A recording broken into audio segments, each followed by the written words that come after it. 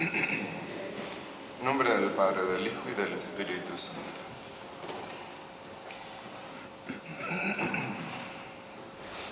Muy bien, toda la vida de cada uno de nosotros, y posiblemente es la última vez que se lo vuelvo a decir, porque lo que les voy a decir ya se lo he dicho antes, pero como tenemos un problema muy serio,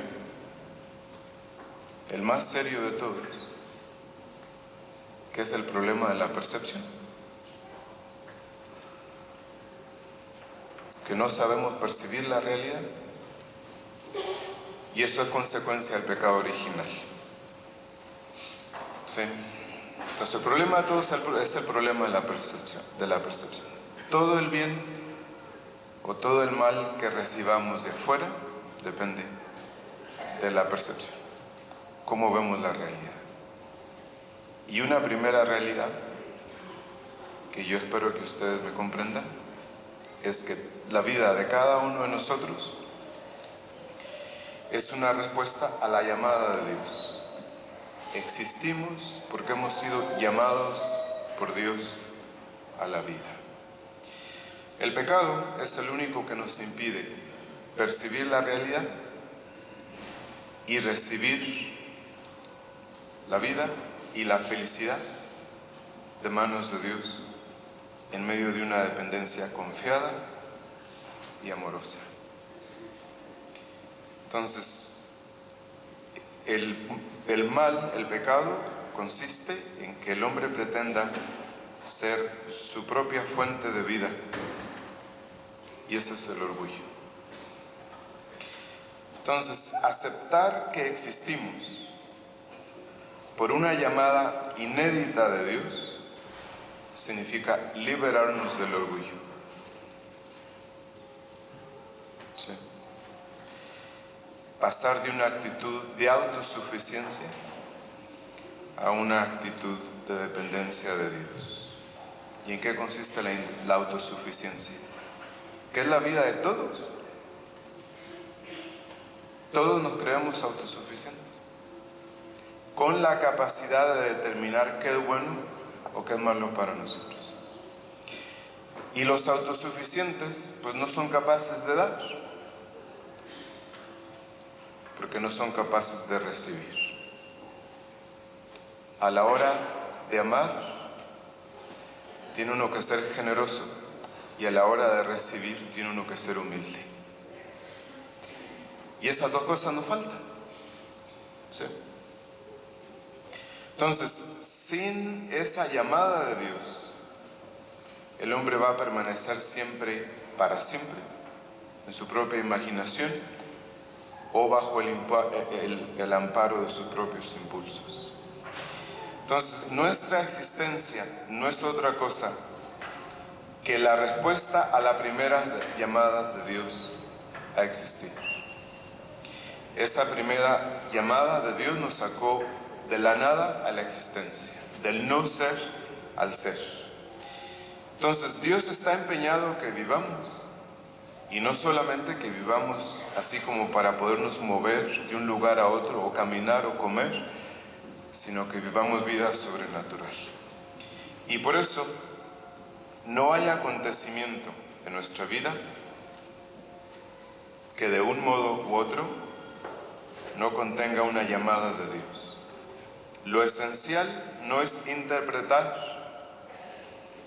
o entender todo lo que nos sucede, sino acoger todo y vivirlo todo con fe, incluso si no lo comprendemos.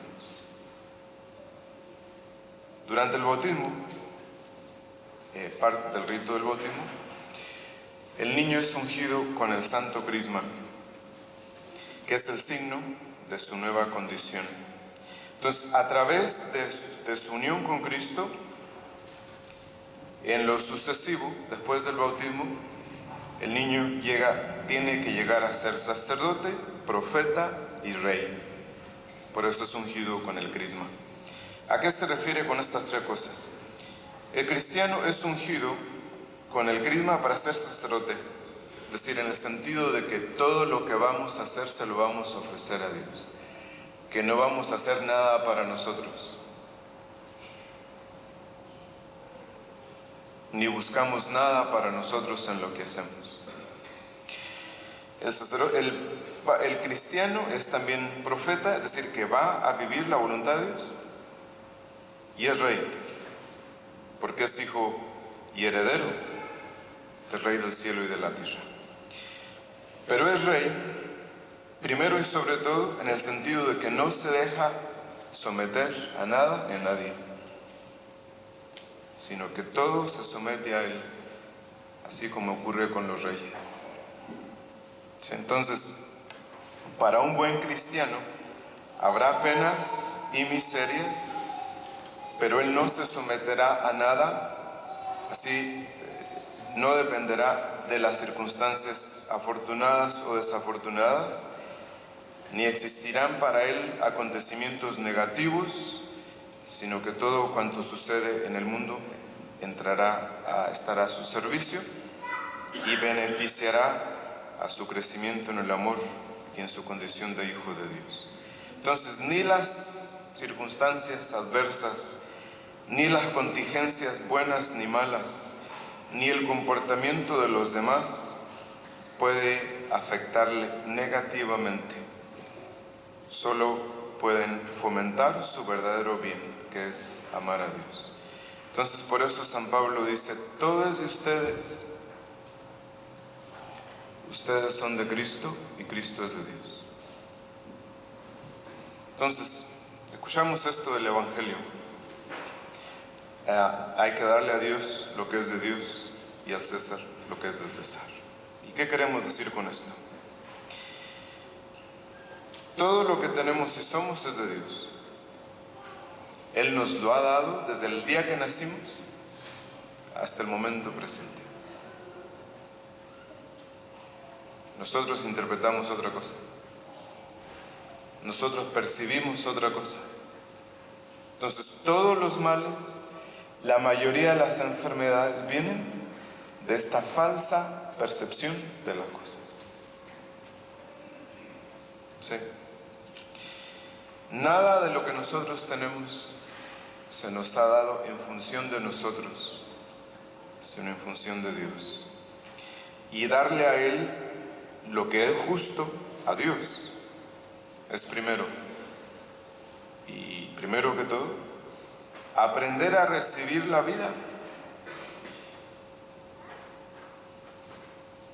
Y al decir yo estas palabras, tal pareciera que casi nadie en absoluto entiende lo que yo estoy diciendo. Si yo dijera, bueno, son las 8 de la mañana con 17 minutos, me entenderían. Pero si les digo, ¿por qué no aprendemos a recibir la vida como viene de Dios todos los días? Así como la reciben los niños. No lo entendemos. Un problema de percepción. Sí. Acoger la vida cada instante como llega, porque Dios está en el presente. Tenemos que convencernos de que cada instante, sea cual sea el contenido de ese instante, está lleno de la presencia de Dios y supone la posibilidad de nosotros entrar en comunión con Dios. Sí. Pero se nos escapa. Dios no nos encuentra. Dios no nos ayuda porque no nos encuentra en el instante presente. Sí. Ese es todo el problema. Si ustedes me preguntan cuál es el problema de la vida, es ese. De que no podemos percibir la presencia de Dios en el momento presente. Si eso no sabemos hacer, si eso no aprendemos a hacer, nosotros no aprendemos a amar. ¿Sí?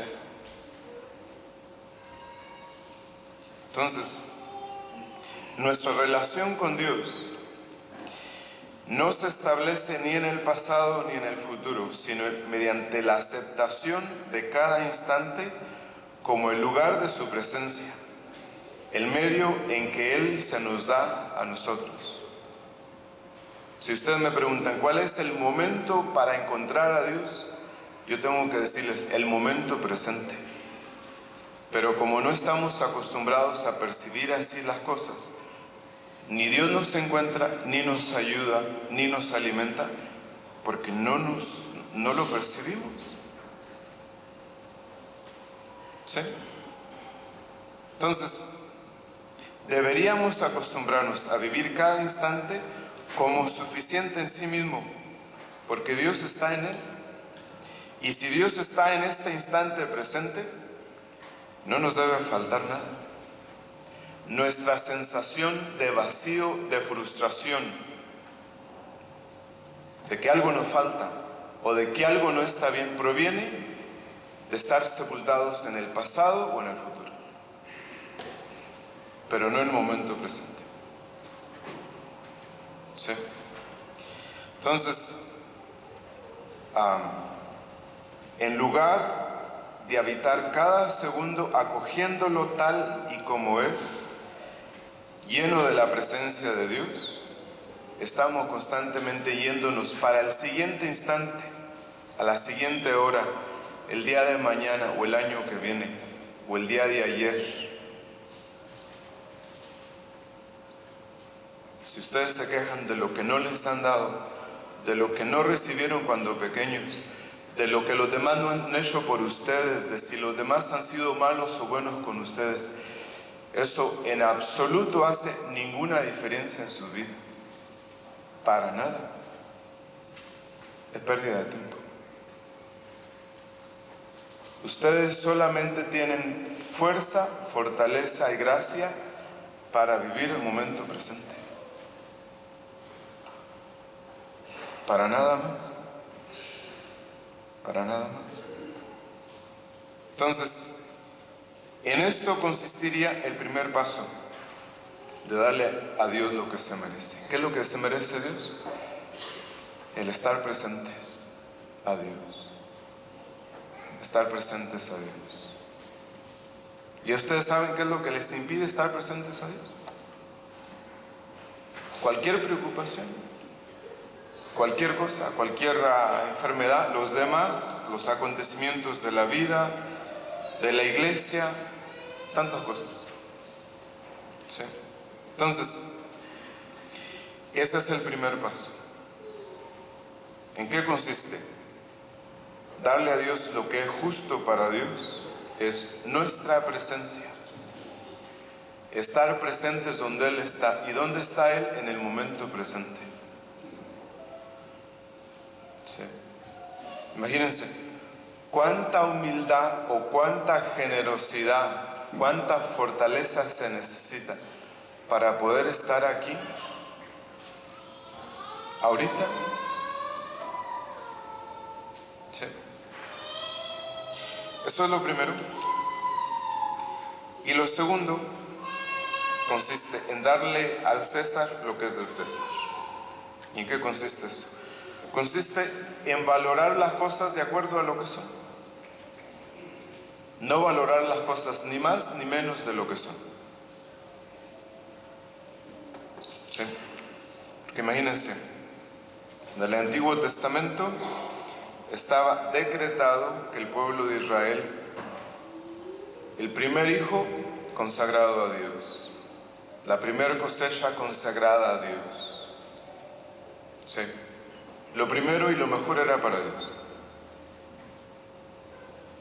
¿Y nosotros no? Nosotros percibimos mal la realidad y creemos que el dinero es para nosotros, que el bienestar es para nosotros, que el perdón es para nosotros, la atención es para nosotros, que el sufrimiento es exagerado para nosotros, que no podemos soportar a los demás ni el dolor, ni la tragedia, ni la muerte de los demás. Eso es darle un valor desproporcionado a las cosas. Ahí tenemos, por ejemplo, la vanidad o la inmodestia.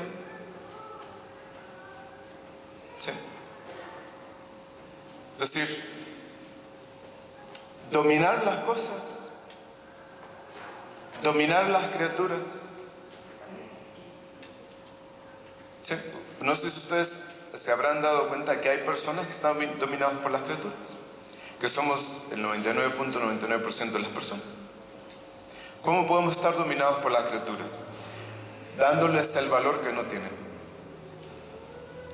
Criaturas, me refiero desde el aire, la medicina, el trabajo, las dificultades de las personas, los padres, los hijos, los abuelos, el carro, el dinero. ¿Sí? Por ejemplo, a veces que vienen personas a la oficina y vienen llorando, con muchas dificultades, y me cuentan las cosas terribles, y yo les digo, ¿cuánto hace que sucede eso? Hace 10 años, como si hubiera sucedido ayer. El problema no es lo que sucedió, sino la dominación de las cosas que nosotros le damos, el poder que les damos a las cosas sobre nosotros. Entonces hay que ser justos con las cosas, con las criaturas. Todo es bueno, tanto y en cuanto me ayuda a hacer mi trabajo, que es glorificar a Dios. Dios no me ha dado nada que yo no necesite para glorificar a Dios. Me ha dado todo lo que necesito para glorificar a Dios. Entonces las criaturas son para que yo haga uso de ellas. Ya sea si las tengo o no las tengo, eso no importa. Las cosas que tenemos las tenemos para hacer un solo trabajo: glorificar a Dios.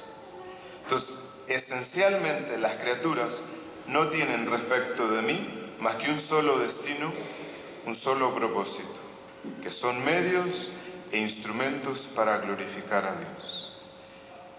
Y las cosas, los acontecimientos y las personas se les emplea en el trabajo para el que han sido hechas, para nada más.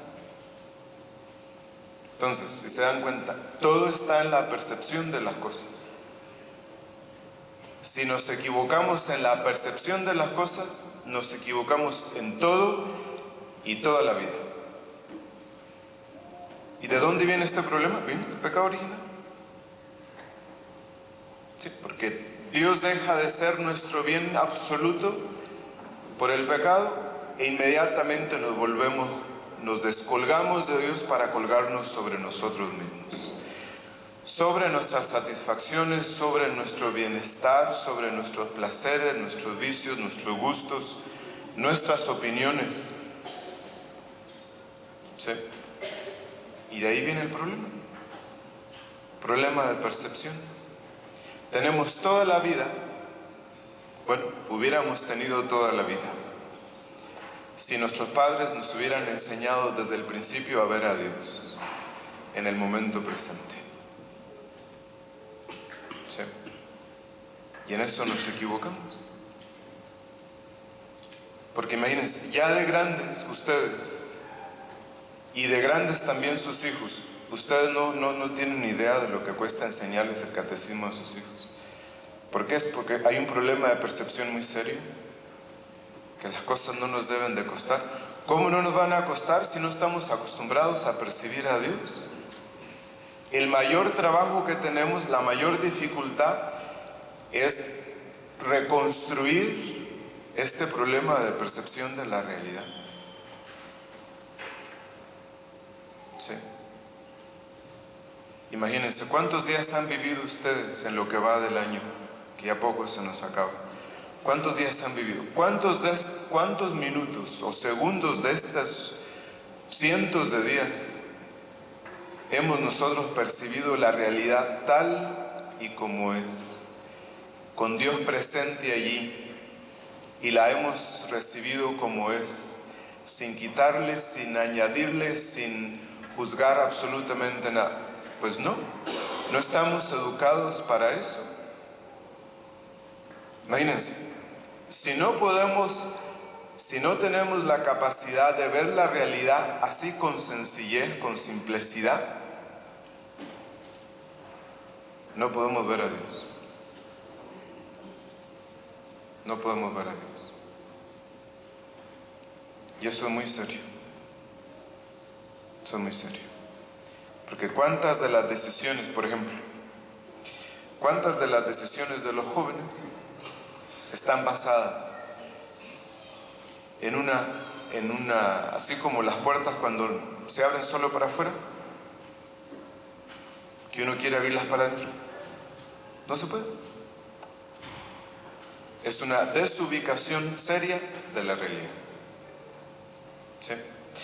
Entonces, sería ideal si nosotros nos fuéramos acostumbrando por la práctica a que el hábito de percibir a Dios en la realidad como llega se nos fuera haciendo más fácil, sin juzgar nada, sin esperar nada, sin decir nada, dejar que las cosas sean lo que son para nosotros, para mí, el día de hoy, y nada más.